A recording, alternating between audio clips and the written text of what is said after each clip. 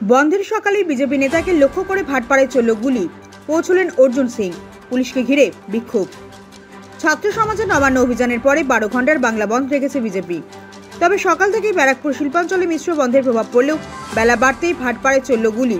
রাজ্য বিজেপির 12 ঘন্টার বন্ধের মধ্যে বিজেপি নেতা প্রিয়াঙ্কু পান্ডে গাড়ি লক্ষ্য করে গুলি চালানোর অভিযোগ উঠল দুষ্কৃতীদের বিরুদ্ধে। ঘটনাস্থলে আক্রান্ত দুই ব্যক্তিকে দেখতে উপস্থিত হন ব্যারাকপুরের প্রাক্তন সাংসদ অর্জুন সিং, ভাটপাড়ার বিধায়ক পবন সিং সহ অন্যান্য বিজেপি কর্মীরা। হাসপাতালে এসিপি জগদ্দল উপস্থিত হলে তাকে ঘিরে থাকেন বিজেপি কর্মী সমর্থকরা।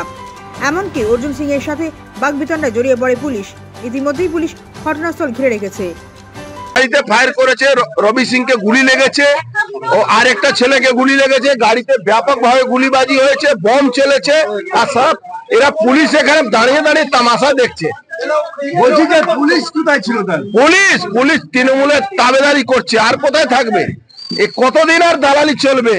শেষ হয়ে গেছে। এখানে এখন ফার্স্ট এড করাচ্ছি, তারপর এখান থেকে নিয়ে যাবো আমরা।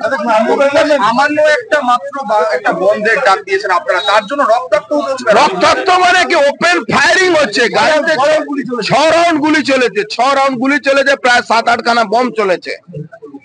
রবি সিংকে গুলি লেগেছে না বম লেগেছে বুঝাই যাচ্ছে না, অত রক্ত ঝরছে। হলো কজন ঘায়ল হয়েছে বোমায়? 2 জন উন্ডেড হয়েছে, একটা ড্রাইভার গুলি লেগেছে, এখান থেকে গুলি বেরিয়ে গেছে, দেখুন গাড়িতে রক্ত লেগে আছে।